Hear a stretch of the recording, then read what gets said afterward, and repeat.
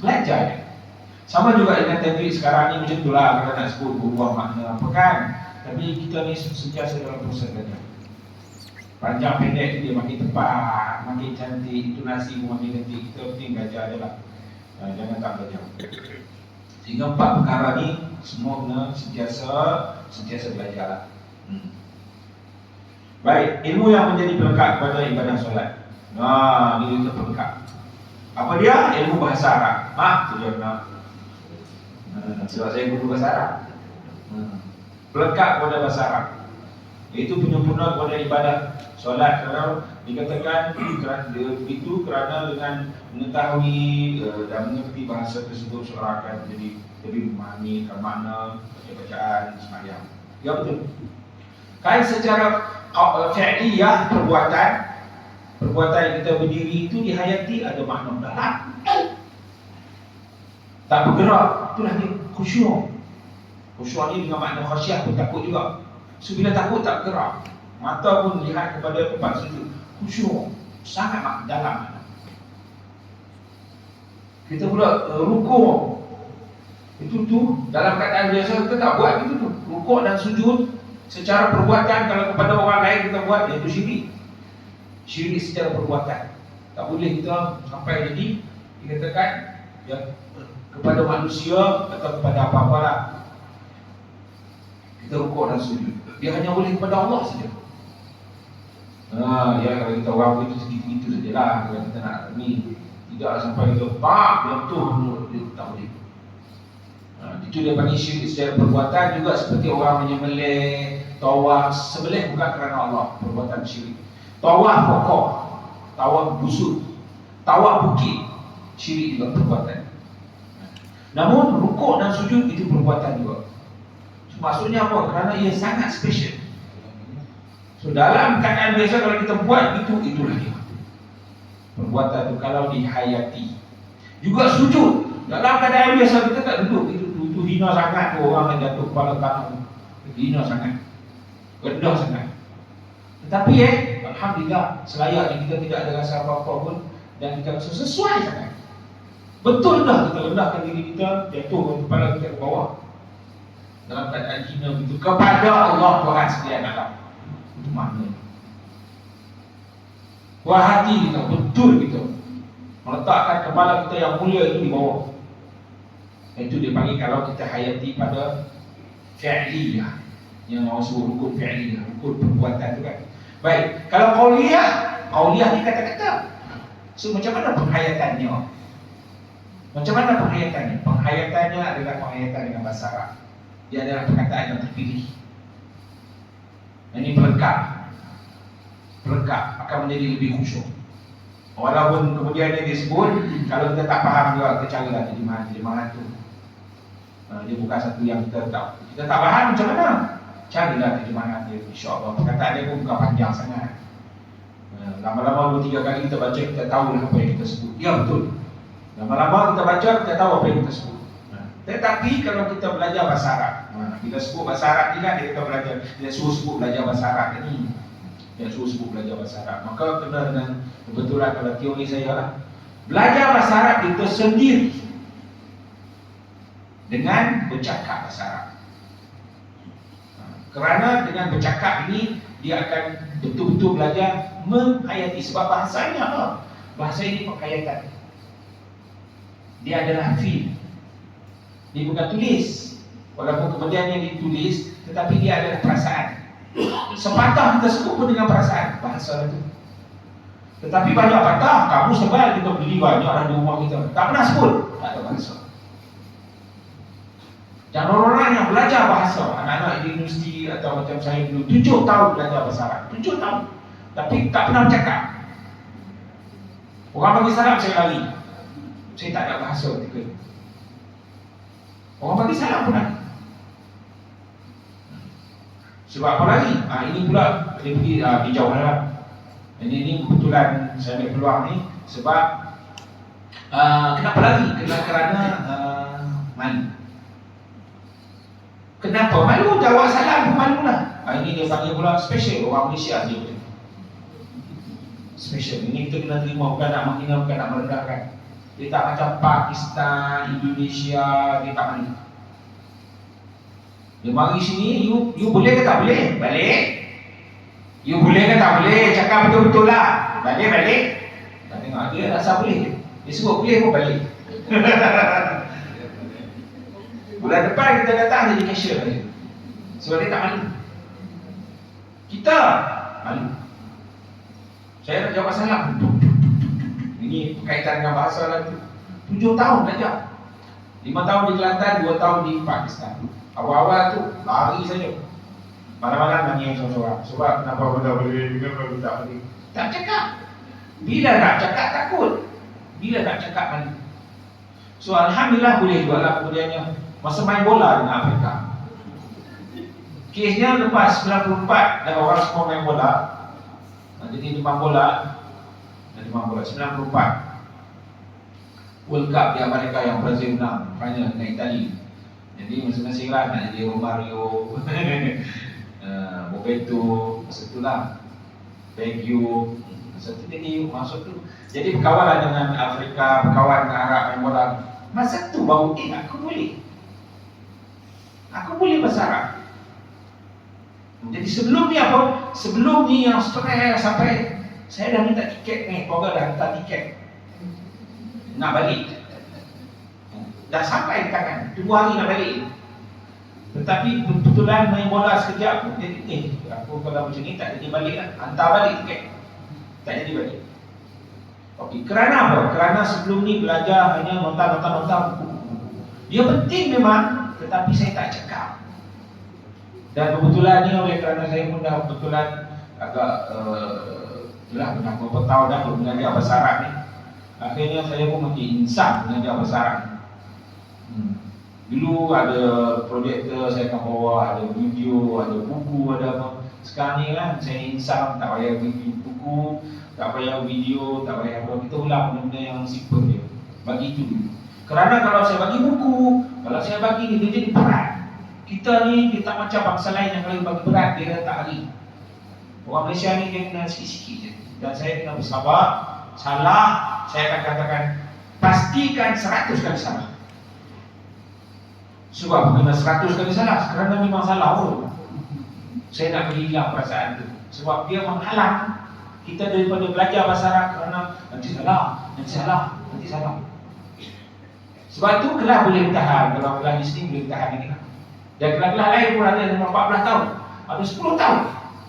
Masih dia bukan alim, bukan pandai, tapi dia ada feel tu yang mahal. Okey. Kelebihannya, kalau berkaitan dengan bahasa Arab, kebetulan saya yang belajar bahasa Arab, saya panjangkan sikit benda ni. Kelebihannya bila bercakap, dia dapat feel. Feel tu nanti bila kita bawa dalam solat, di situ yang mahal, di sini yang sampai masuk ni. Itulah dia. Belajar bahasa Arab tu dia feel, Allahu Akbar. Kerana hari-hari dia sudah cakap Arab. Kalau dia orang Muslimat tahu lah, sebab hak yang seminggu sekali tu ya. Tapi hari-hari saya bagi ayat-ayat pendek je, dalam 5 second, 10 second. 5 second, 10 second. Dengar tu. Bila begitu nanti kan, wah, benda simple-simple saja. Okey, apa kelebihan dengar tu ni? Dia masuk dalam. Sebab bahasa ni dia kemahiran. Sekali lagi, dia bukan pen, dia bukan kertas, dia bukan buku, dia kemahiran. Seperti saya cakap bahasa Melayu ni, saya bukan ada kertas kajar-kajar lepas saya ni, tak ada terhenti cakap, tak ada. Saya kemahiran. Saya cakap dengan perasaan. So bila kita cakap dengan perasaan dia, itulah. Itu tu kena hari-hari baru dia tetap. Seperti kita memandu. Kalau dulu yang manual tu kan, tangan kita masa bila kelas, masa bila dia okey je.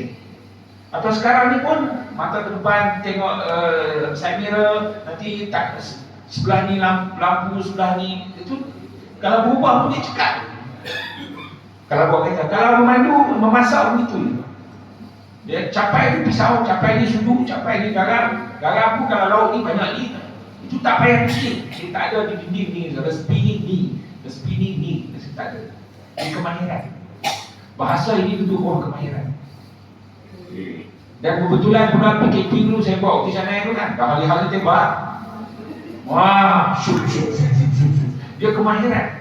Mula-mula tu sakit badan memang. Sebab nak dapat yang macam dalam YouTube tu kan, kamu mesti minta tak kemar-kemar badan sakit. Tapi bila dah kemar lama, saya tengok balik alamat, ni aku dah boleh lah cari lah. So maksudnya apa? Dia kemahiran. Bahasa pun kemahiran. Kelebihannya kalau kita hari-hari cakap sikit-sikit dalam grup juga seminggu sekali latihan cara tak langsung tu. Dengan santai-santai saja, jangan stres. Sebab kita belajar bahasa ni sesuai dengan keadaan kita yang ingat tadi. Kita orang Melayu, kita sibuk, tetapi kebetulan kalau kita kata belajar lagi ni, sebab saya nak ada ke arah lepas ni kita cuba buat grup kan macam mana. Dia adalah dia panggil pendidikan abad 21. Apa dia? Pembelajaran sepanjang hayat. Kena dengan konsep tu. Sikit-sikit. Percayalah kalau hari-hari cakap, oh Muslimat tahu, nanti bacaan dia berbeza nanti. Bacaan Quran dia akan berubah. Itu intonasi dia. Turun naik dia baca yakin dia. Kemudian ketika dia nak waqaf dan wasal, berhenti dan sambung, yakin saja. Kemudian ketika dia solat, lain. Wah, ini maksud daripada pelekat. Betul, saya setuju. Kita kalau belajar bahasa Arab, cuma soalan tadi lah, belajar bahasa Arab macam mana? Nak kena beli papan hitam besar mana? No, jangan papan hitam. Sebab saya dah insaf lah. Dulu kalau saya nak mengajar papan hitam, nak belajar bahasa Arab kan, saya request dulu, sila beli papan hitam yang paling besar sekali.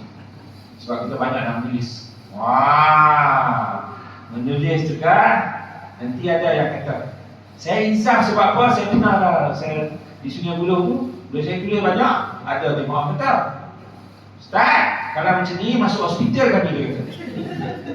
Ingat dia gurau, betul lah dia gurau. Minggu depan stroke kau dulu. Saya rasa bersalah semua. Yang saya insaf tu, rupa-rupanya kan, ialah sesuai dengan umur kita lah. Kita bukan nak jadi alim apa. Kita paling kurang belajar ni, ya memang boleh bercakap, feel, tapi bukanlah target kita untuk pergi Mekah, boleh beli barang murah, boleh beli dengan haram tu. Bukan tu, itu bonus saja free. Quran kita, sembahyang kita. Nak macam mana tu? Kalau saya pengurusi Persatuan Bicara Bahasa Arab Malaysia, pengasas kepada Arab Bicara, saya kata cara tu lah. Saya kata cara tu. Untuk setakat itu insya-Allah boleh. Cuma perlahan-lahan sikit-sikit, tidak ada tekanan, tidak ada, hanya telinga dengan lidah ni. Kita aktifkan telinga dengan lidah. Dengar ajuk salah memang kita santai saja. Betul, berkat kita. Namun dia kata kalau tidak tahu tadi, itulah dia. Kerana Allah sebut yang penting kita usaha, walladzina jahadu fina lanahdiyannahum subulana wa innallaha ma'al muhsinin. Dan orang-orang yang berusaha pada jalan kami. Orang-orang yang berusaha pada jalan kami, dah bersungguhlah. Jahadu, yang telah bersungguh berjihad pada jalan kami, nescaya kami tunjukkan jalan-jalan kami. Satu kali kita bersungguh, kemudian Allah tunjuk bukan satu jalan, banyak jalan. Asal kita nak je. Nanti dia terbuka cara tu, cara ni, cara tu, cara ni, cara ni. Tentu betapa Allah ni dia punya akram sangat. Kalau dalam bahasa Arab ni, kalau karim tu sangat nak membeli kan. Ketika Allah sebut Iqra bismi rabbikal ladzi khalaq, khalaqal insana min 'alaq. Iqra wa rabbukal akram. Bacalah dengan nama Tuhanmu. Bacalah dengan yang telah mencipta daripada segumpal garam. Bacalah, Tuhan kamu sangat nak memberi. Maksudnya belajar. Tuhan kamu sangat nak ajar. Maksudnya kita nak je. Sehingga lidah kita ni kalau dalam bahasa Arab, sebut saja kali pertama, tersasul, terlupa, tapi percayalah untuk kali kedua dia. Kalau kita ingat wa rabbukal akram, iqra wa rabbukal akram, bacalah atau belajarlah, Tuhan kamu tu sangat nak memberi. Kita jangan blok. Minda kita, aku tak boleh. Aku tak boleh. Aku mana tua. Aku tak boleh ya. Dia dah blok. Tetapi dia begini. Cuba, tak boleh tersasul. Saya kata tadi kan, pastikan tersasul saja saya cakap itu. Sebab insya-Allah kalau minda kita tak blok, kita cuba lagi insya-Allah, aku cuba, percayalah kita macam nak sebut bahasa Arab al-lughah al-arabiyah tersasul memang. Masjid Negeri Shah Alam tu dah bertahun-tahun belajar. Ketika saya menjadi penterjemah untuk orang Palestin datang, masa boleh datang itu, lalu orang-orang minta lah saya mengajar. Di situ saya mengajar. Apa itu? Cuma kelas pertama-tama tu berkatalah orang-orang jemaah kata, Ustaz kena bayar dulu. Jangan tinggalkan kami. Ampun, orang sini kena berjanji taat setia, jangan lari. Maksudnya kami nak jadi macam Ustaz jangan lari. Saya kata insya-Allah lah. Kenapa yang begitu? Dia kata di sini sama ada Ustaz lari atau kami lari. Kadang-kadang sebab dia orang dah banyak belajar tau. Jadi dia tanya Ustaz tak tahan Ustaz lari. Nanti dia kata Ustaz lari tu. Sebab dia orang dah banyak belajar. Jadi soalan tu mantap lah. Tak ada nak jawab lari atau kami lari. Jadi kita ni berjanji dia. Okeylah. Dah banyak belajar, nota banyak kan. Pelajaran pertama menyebut al-lughah al-arabiyyah. Banyak yang tak disebut. Tersebutlah macam al-lughah tu kan al-lurah, al-larah, macam ni. Al-lirah, sesabar. So bila sabar dia bagi gini, dia secara psikologinya, kita kan psikologi itu tasawuf lah juga sebenarnya.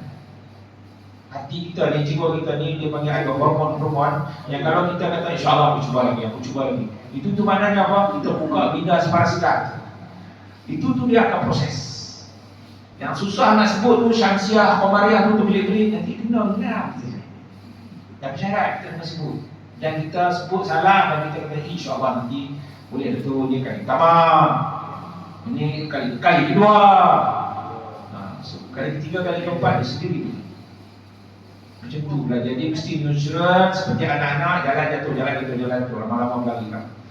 Mesti macam tu. Dia bukan paksa-paksa dan salah. Dia tak boleh kata jangan salah. Melainkan kalau saya kata pastikan salah. Tak ingat? Jangan ingat. Tersasul, pastikan tersasul.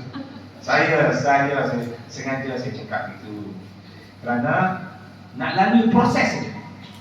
Yang menakutkan tadi, yang menghalang kita kalau bahasa Arab ni dia tadilah macam besar sangat, macam banyak sangat, macam itu sangat.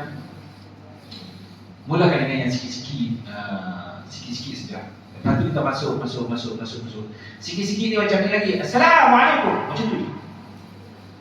Kalau dalam kelas pun itu, kalau dalam grup pun Assalamualaikum, suara. Bila masing-masing Assalamualaikum, sendiri akan merasai bagaimana perasaan.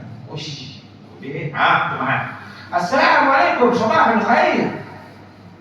Sabahul khair. Lagi, alhamdulillah, akaltu, saya dah makan. Nama makanan pakai yang Melayu ni. Alhamdulillah, akaltu nasi lemak. Kawan ni, alhamdulillah akaltu coklat. Alhamdulillah akaltu nasi dagang. Nasi dagang coklat tu Arab tak ada. Dia pakai tu juga. Arab tak ada nasi dagang. So kita main gitu kan. Dia pakai dalam grup tu di samping apa yang saya bagi. Dan kalau nak cakap benda tu saja, percayalah. Dia panggil apa tahu bila kita sebut benda tu. Bila lidah kita bergerak, tekak kita ni, perasaan kita, kulit-kulit ni, boleh masuk. Itulah feel. Di situ yang last kali itu akan nampak hidupnya bahasa Arab atau ada penghayatan. Bila dia Assalamualaikum, nanti dia baca Fatihah, Bismillahirrahmanirrahim. Itu baca tu yang dia menangis.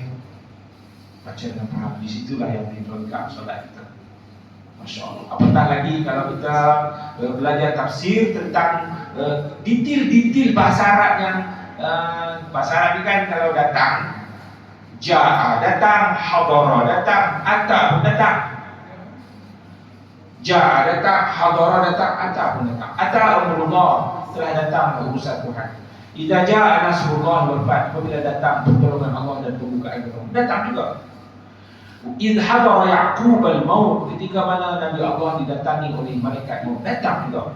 So apa beza? Kalau kita belajar tafsir lagi, yang kita kata akan menjadikan indah bahasa Arab, syukur dan tepatnya Quran ini. Kalau hadara datang dengan sendiri, dia tidak wakil-wakil. Di bahasa Arab yang nak sebut ni, kalau kita dah bercakap biasa-biasa, tapi kita pergi kepada pendetilan, kita akan perasan apa beza ja'a, hadara, ata. Maka di dalam Quran Allah sebut idh hadara Ya'qub al-maut, ketika mana malaikat maut datang kepada Nabi Allah Ya'qub. Itu maknanya datang sendiri, dia bukan wakil. Dia cabut nyawa, dia sendiri cabut. Dia bukan hantar grab. Dia bukan hantar grab, so dia cabut. Wah, tepat. Kalau atas dengan senang, urusan Allah berlaku dengan senang. Datang urusan Tuhan dengan senang. Senang. Namun kalau ja'a, datang dengan payah. Datang ada sedikit kepayahan, maka iza ja'a nasrullah, apabila datang pertolongan Allah dan pembukaan. Tahun 8 Hijrah baru datang. Sebelum tu berperang, sebelum tu ada perang Badar, perang Uhud, perang Ahzab. Mati cedera, lepas tu tinggal tanah air. Susahlah. Baru datang pertolongan Allah. Oh, jadi penggunaan tu. Di situ yang kita, oleh kerana kita menghayati dia lagi dalam. Sebab Quran yang kita baca, perkataan itu pun tepat ke? Masya Allah. Inilah bahasa Arab. Semua itu semua berkaitan dengan bahasa Arab. Masya Allah. Habis itu. Okey, perkara-perkara yang wajib diketahui sebelum solat. Okey, kita bersuci. Pukul 9 cuma sekali lagi saya nak tekankan tentang bahasa Arab ni. Kebetulan ni time ni saya boleh tekankan, saya tekankan. Sekali lagi saya nak sebut, kebetulan ni awal-awal ni belajarlah bahasa Arab. Belajarlah. Saya masa ni je